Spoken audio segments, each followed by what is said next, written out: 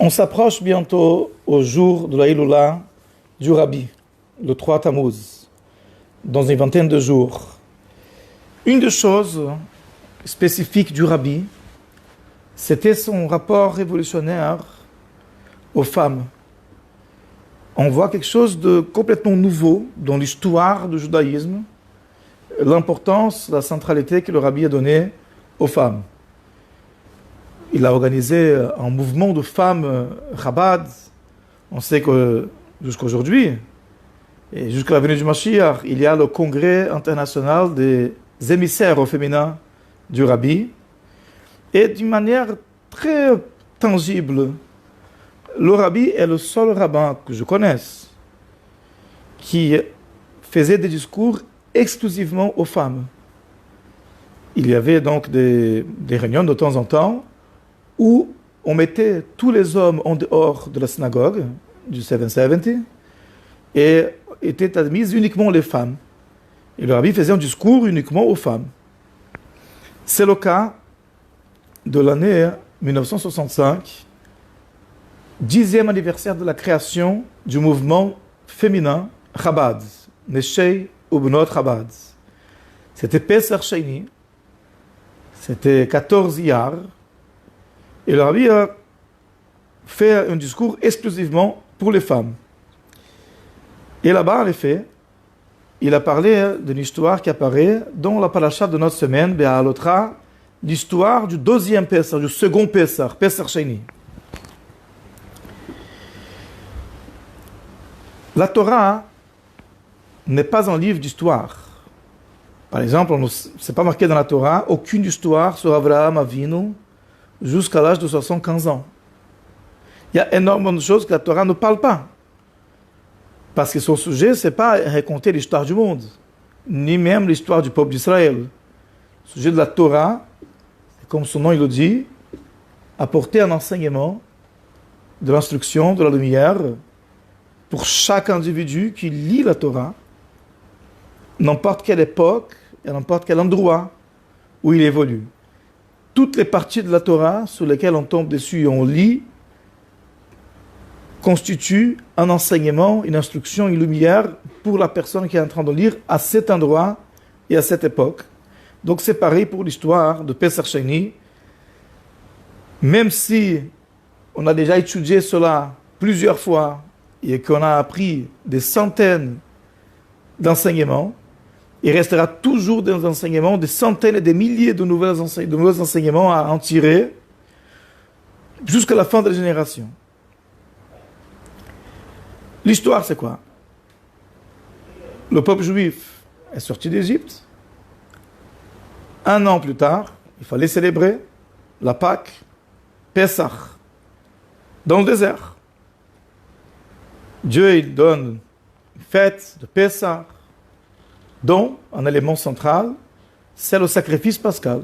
Chaque groupe, chaque famille apporte un agneau, un chevreau, qu'on sacrifie à Dieu. On offre le sang et la graisse sur l'autel, et la viande, on va la rôtir et on va manger en famille. Et donc ça, c'est le prélude du Seder Pesach, c'est le premier Seder Pesach depuis le début de l'histoire de notre peuple. Maintenant, pour apporter un sacrifice dans le temple, il faut être en état de pureté rituelle. Or, il est connu que le jour de l'inauguration du tabernacle, il y a eu une tragédie.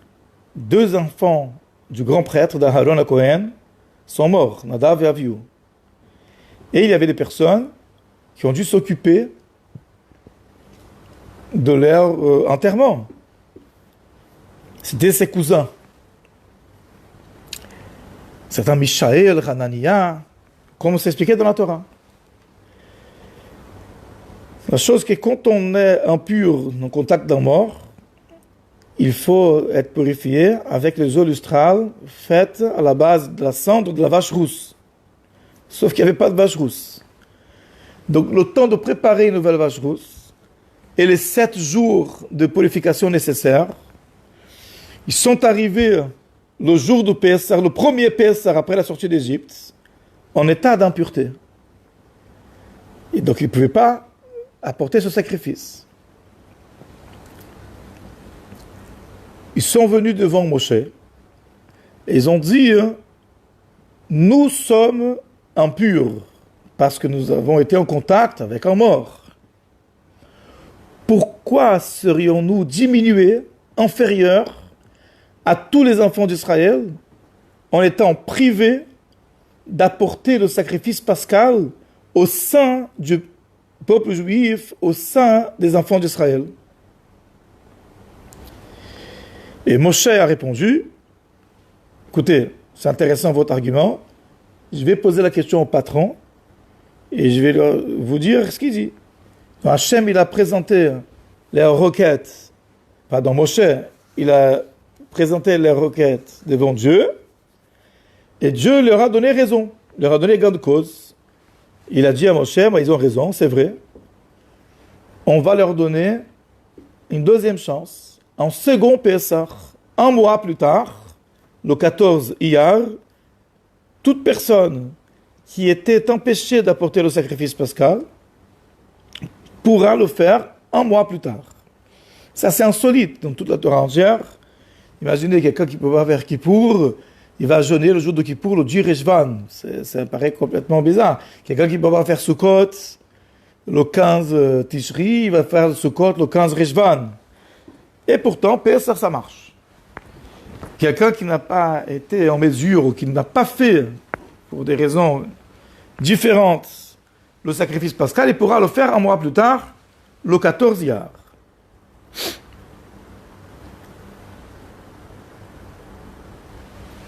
Maintenant, la question qui se pose, premièrement,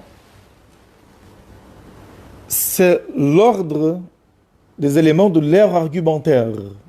Le rabbi s'arrête sur les mots de la Torah. Ils sont venus dire devant Moshe, nous sommes impurs parce que nous avons enterré un mort.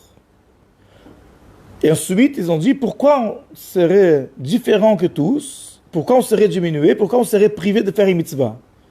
Normalement, quand quelqu'un il présente une requête, d'abord il demande ce qu'il veut, et après il explique les circonstances. Donc, ce qu'ils veulent, c'est quoi? Apporter au sacrifice pascal. Ils auraient dû dire au contraire.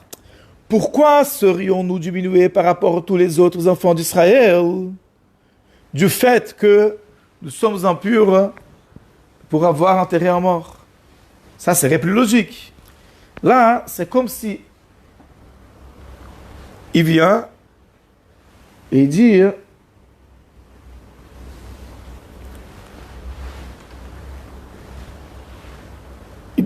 il donne la réponse avant la question. Il dit, nous sommes impurs. Alors pourquoi on ne peut pas apporter le sacrifice pascal? Mais tu as déjà répondu. Puisque tu es impur. La lara ne peut pas changer. En tout cas, voilà, l'ordre, elle n'est pas cohérente.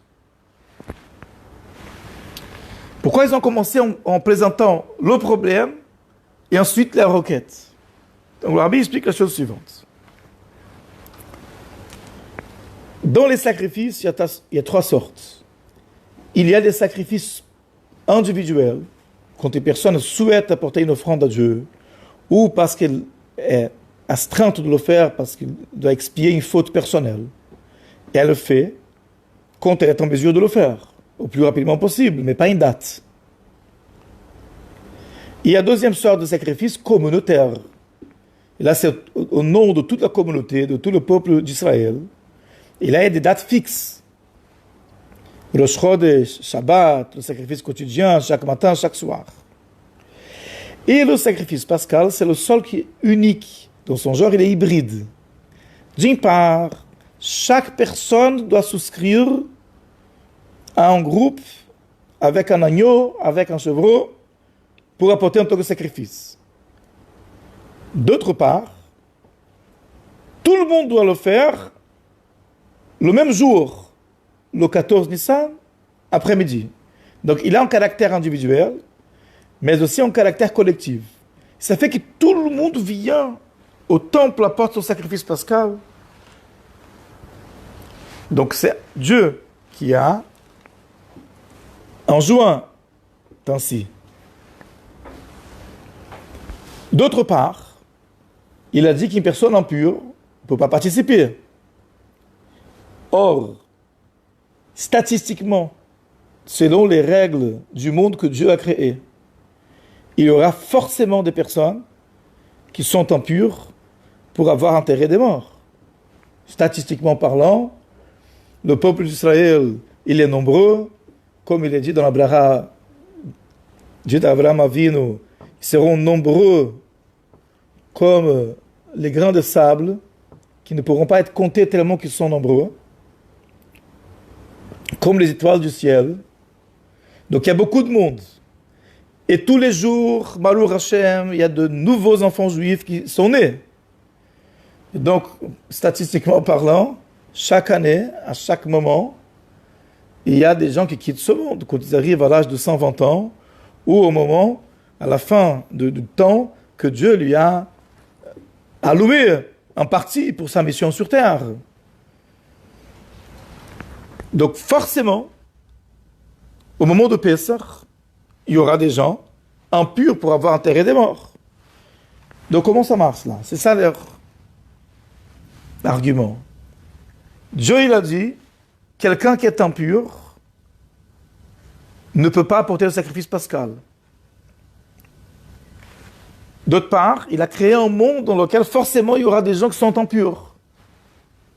Donc d'une part il dit, il faut apporter le sacrifice pascal dans l'état de pureté, mais il crée un monde dans lequel c'est impossible que tout le monde soit pur ce jour-là. Donc c'est pas juste, c'est contradictoire. Dieu nous met dans une situation impossible. Et c'est la raison pour laquelle ils ont trouvé cet ordre d'argumentation. Ils ont dit, nous sommes impurs pour avoir contact avec un mort. C'est une façon de dire, ce n'est pas notre choix, ce n'est pas une erreur de notre part, ce n'est pas un accident, c'est quelque chose qui est obligatoire d'après les règles du monde que tu as créé. Et donc pourquoi serions-nous diminués par rapport aux autres enfants d'Israël d'être privés de porter le sacrifice pascal? En d'autres mots, Kadosh Baruch Hu, tu nous as mis dans une situation impossible. Tu nous as mis dans une situation et obligé qu'il y ait des gens qui sont impurs, et tu nous as dit qu'il faut apporter un sacrifice en état de pureté, et forcément aujourd'hui, le 14 Nissan.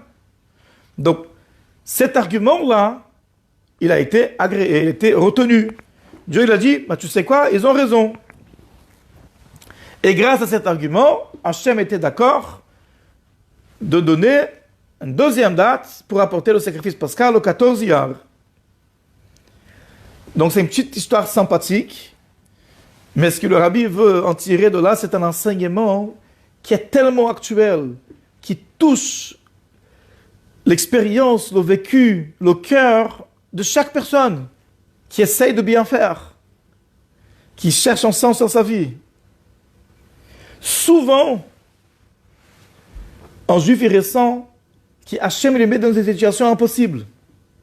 Dans le langage du rabbi à cette occasion, Dieu il a choisi le peuple d'Israël, il leur a donné des mitzvot, il a voulu que ce soit un peuple saint et que cette sainteté soit reconnaissable dans la vie de jour à jour. Donc il y a énormément de Torah à étudier, de mitzvot à accomplir, du matin jusqu'au soir. D'autre part, Dieu les a mis dans un monde où ils ont énormément d'occupations à côté de cela, pour gagner sa vie, pour protéger ses enfants, sa famille, pour survivre dans le monde matériel.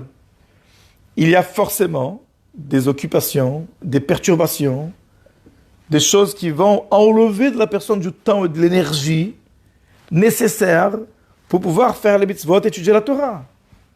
En l'occurrence, le rabbi parlait aux femmes. Donc il a dit, une mère de famille, elle va être occupée avec beaucoup de choses qui vont enlever de son temps qu'elle aimerait consacrer à l'éducation de ses enfants, selon les valeurs de la Torah. C'est sa vocation, sa première mission sur terre. S'agissant des femmes célibataires, ses occupations extérieures vont lui priver du temps qu'elle a pour se préparer spirituellement, pour évoluer spirituellement, pour pouvoir un jour, Bezrat Hashem, établir un foyer, éduquer ses enfants et être la lumière de son foyer.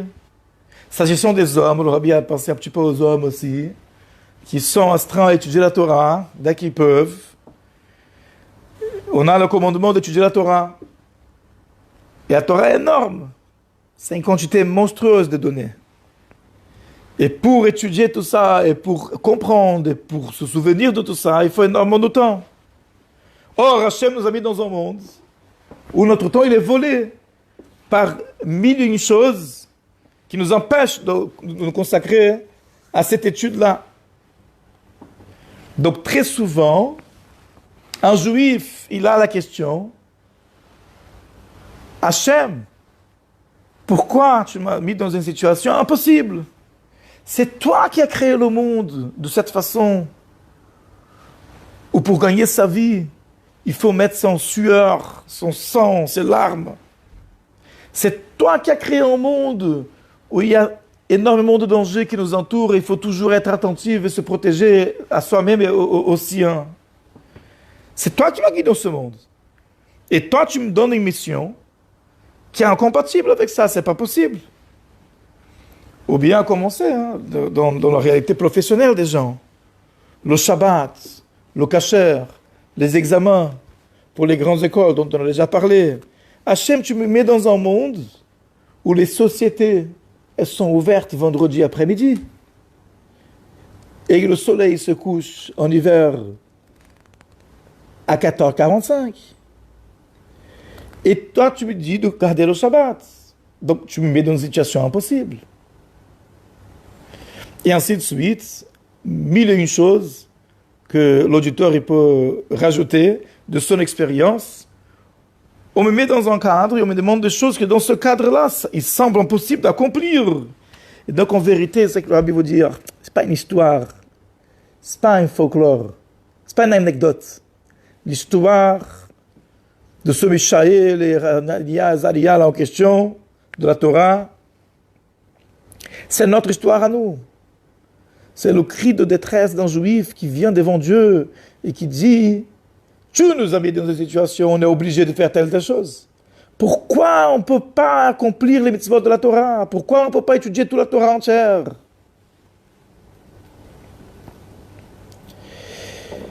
Et c'est ça l'enseignement qu'on prend de cette histoire-là.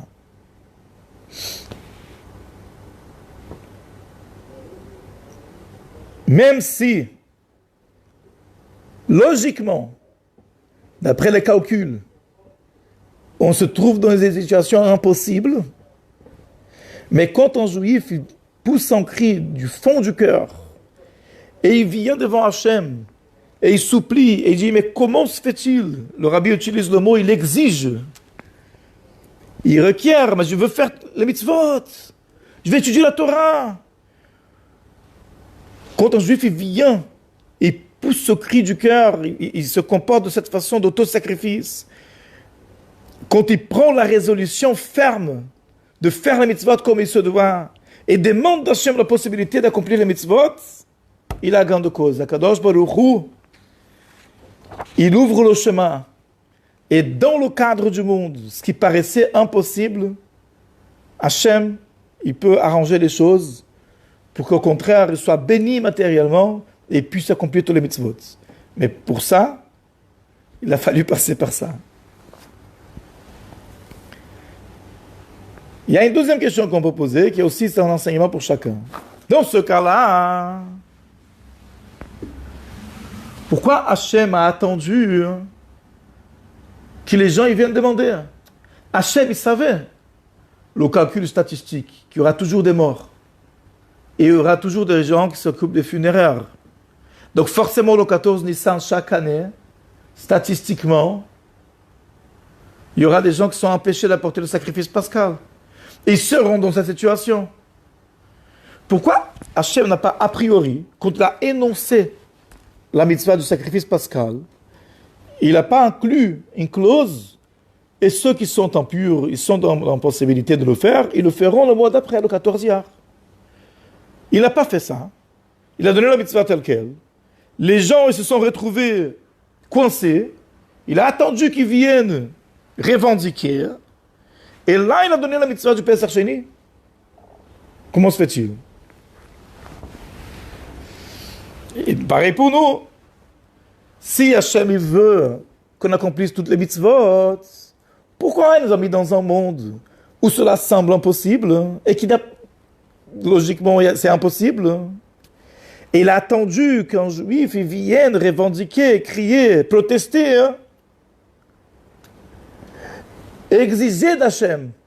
Je veux faire tes mitzvot. Donne-moi les moyens. Et à ce moment-là, il ouvre les portes.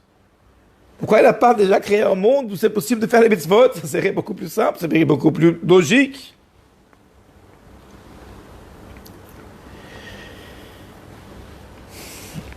Et là, le Rabbi donne une réponse profonde. Il dit comme ça.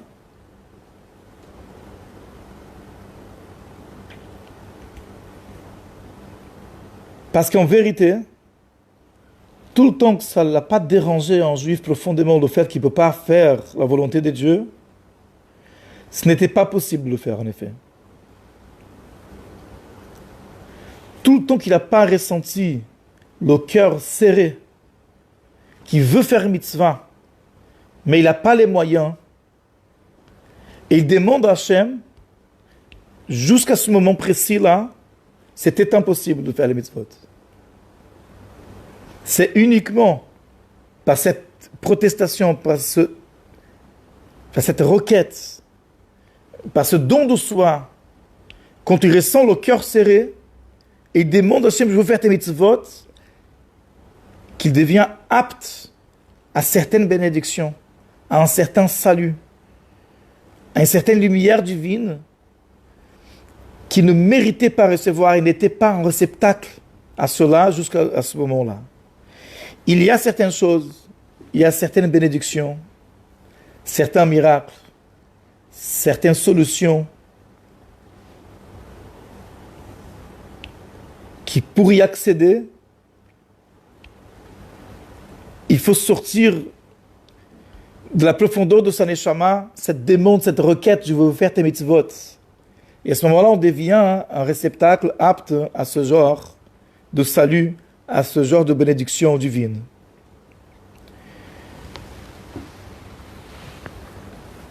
Donc ça, c'est l'ordre des choses. Hachem, il donne un monde où tu ne peux pas faire Pesach. Tu ne peux pas.